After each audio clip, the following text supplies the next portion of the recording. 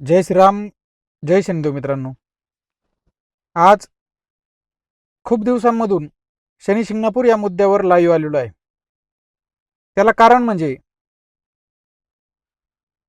Bogus कर्मचाऱ्यांचे शनी शिंगणापूर देवस्थान या ठिकाणी सुरू असलेले उपोषण. खरं जर बघायला गेलं, या लोकांची मागणी आहे की गेल्या 7 महिन्यापासून यांचा पगार थकलेला आहे आणि तो पगार शनी शिंगणापूर देवस्थानने करावा.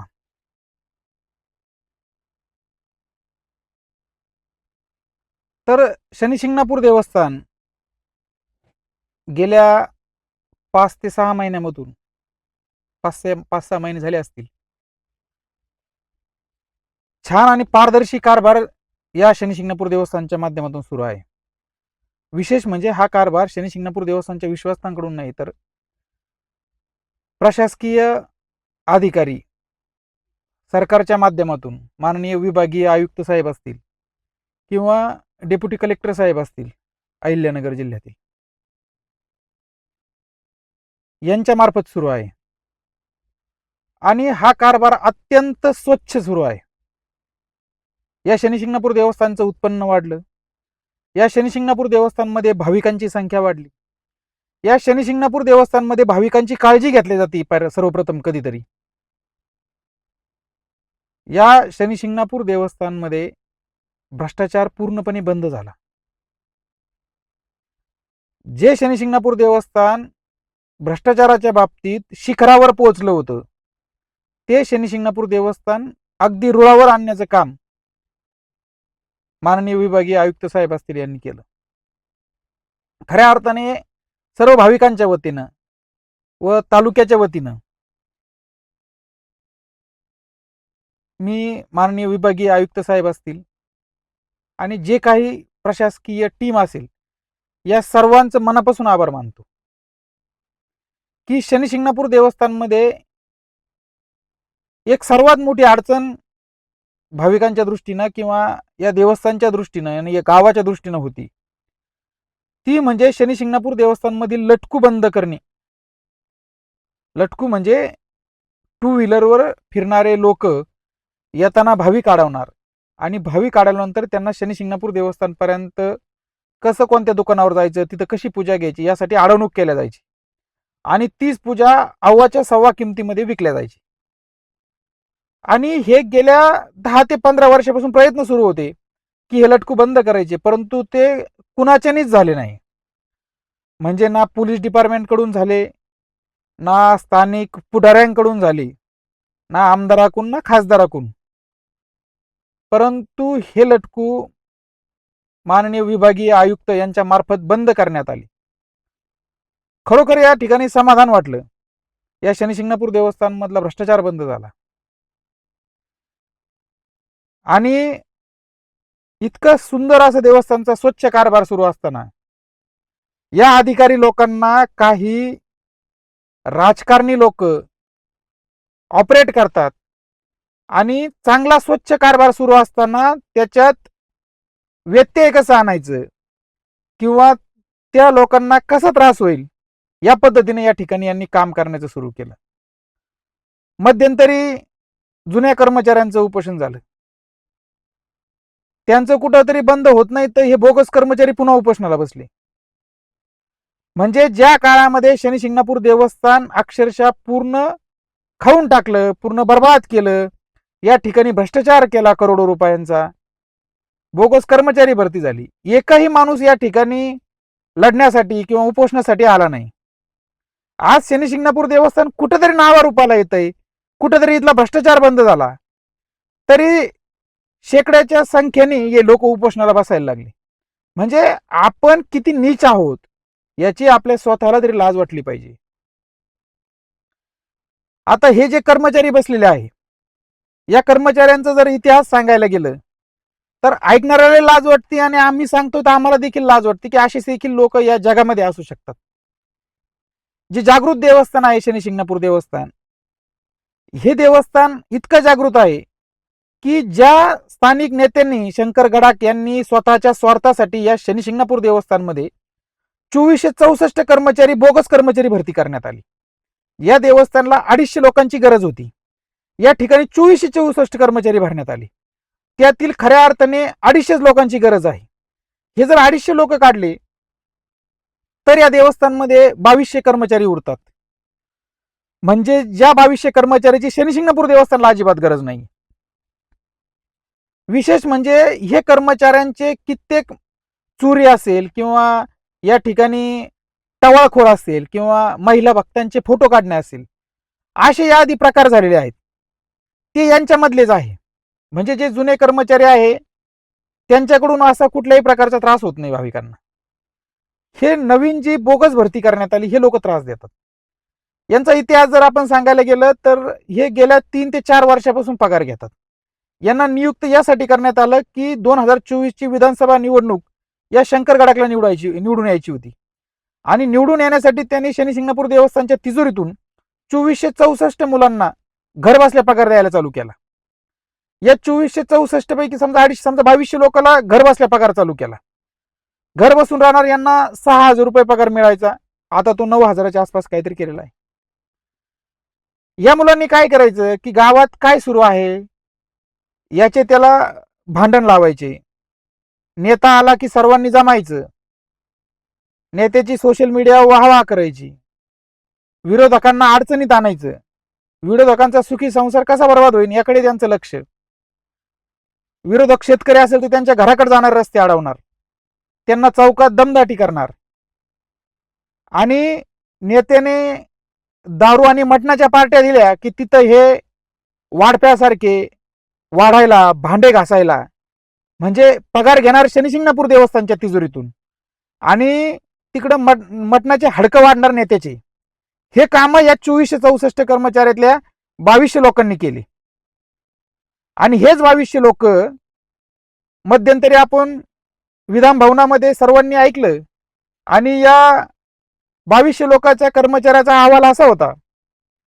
हे काम काय करायचे तर शनिशिंगणापूर देवस्थानमध्ये साधारणपणे 17 वाहनं होती. 9 वाहनं होती. आणि या 9 वाहनावर 117 ड्रायव्हर ठेवण्यात आले होते. म्हणजे 9 वाहनं चालवण्यासाठी 117 कामगार. एका वाहनाला किती ड्रायव्हर आहेत हा विचार करण्याची गोष्ट आहे. आणि विशेष म्हणजे हे वाहन कधी मधी वापरलं जातं. दिवसातून साधारणपणे 1 तास जे वाहन चालत नाही, हे 17 वाहनं दिवसभरात 20 तास सुद्धा चालत नसतील. मग 20 तास 9 वाहनं चालवण्यासाठी 117 ड्रायव्हर वापरले गेले. म्हणजे 20 तास एक माणूस त्यांनी जरी काम केलं असतं तरी सर्व वाहन चालू शकत होता. तर या ठिकाणी 117 कर्मचाऱ्याची नियुक्ती करण्यात आली. ज्या शनिशिंगणापूर देवस्थानमध्ये मोठं देवस्थानचं हॉस्पिटल आहे, या हॉस्पिटलमध्ये 350 कर्मचारी दाखवण्यात आले. आणि हे 350 कर्मचाऱ्यापैकी एकही त्या देवस्थानला हजर नाही किंवा या ठिकाणी एका दिवसापासून सकाळ ते संध्याकाळ यांची ओपीडी असेल किंवा यांचं हॉस्पिटल चेक करण्यात आलं, या ठिकाणी एकही पेशंट आलं नाही. म्हणजे ज्या हॉस्पिटलला एकही पेशंट येत नव्हतं त्या हॉस्पिटलला 350 कर्मचारी या ठिकाणी नियुक्त करण्यात आले. म्हणजे शिंगणापूर देवस्थानमध्ये किती मोठी लूट होती, किती मोठा भ्रष्टाचार होता आणि या बोगस कर्मचाऱ्यांनी शनिशिंगणापूर किती बर्बाद केलं. आणि प्रमुख आरोपीतले जर कोणी असेल तर हेच बोगस कर्मचारी आहेत.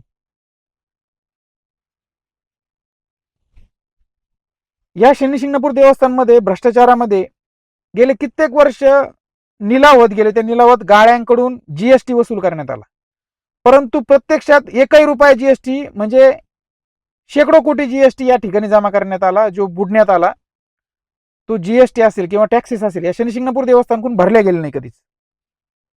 हे त्या स्थानिक पुढाऱ्यांनीच खाल्ले. या देवस्थानमध्ये 17 कोटीचं काम 119 कोटीवर नेलं.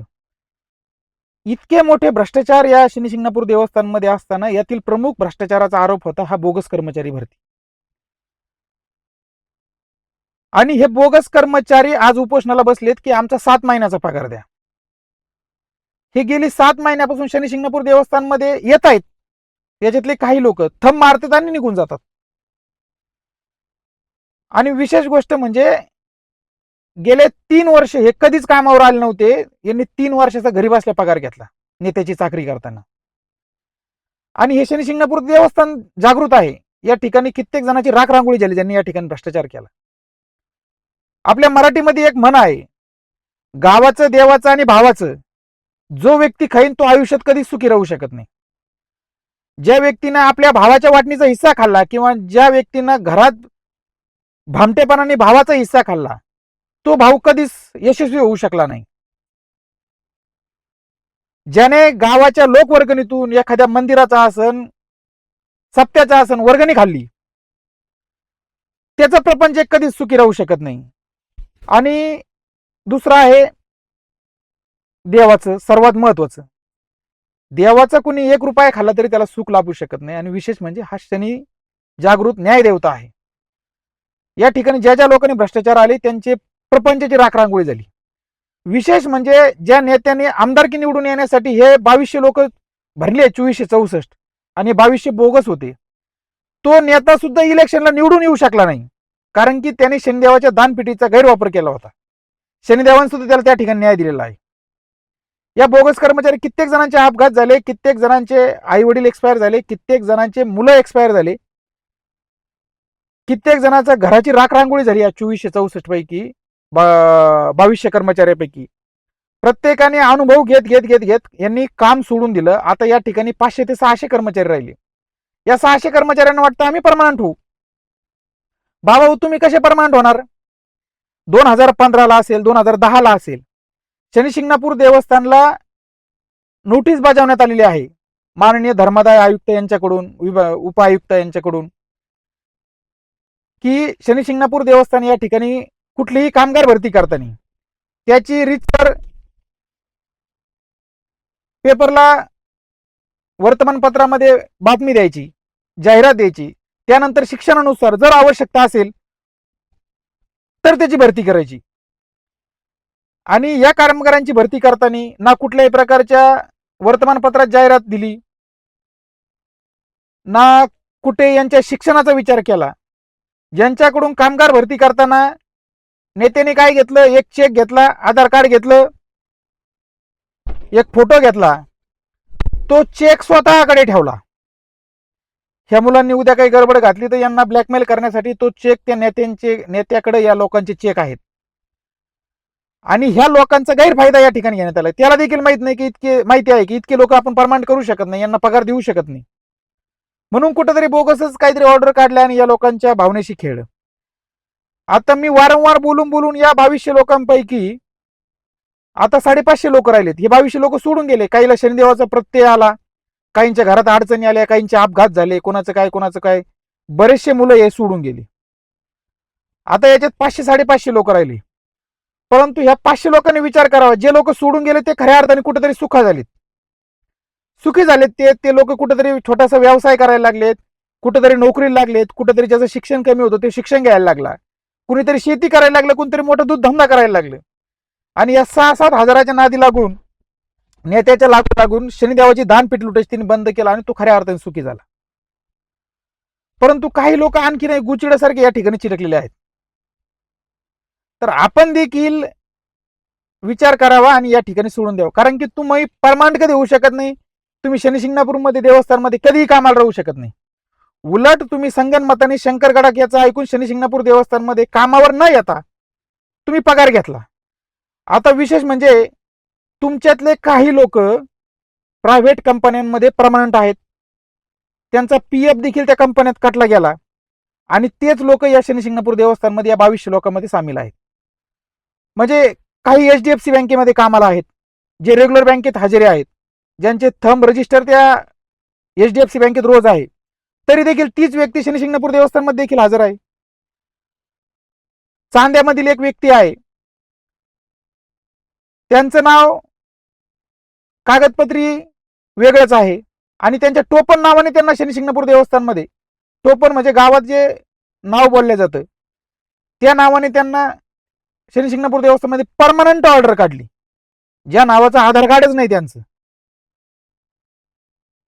ज्या नावाने त्यांना गावात हाका मारल्या जाते टोपण नावाने, त्या नावाने त्यांना परमनंट ऑर्डर काढण्यात आली. आणि पुन्हा एक ऑर्डर काढण्यात आली 2 वर्षानंतर की तुम्हाला कामावरून कमी करण्यात येत आहे.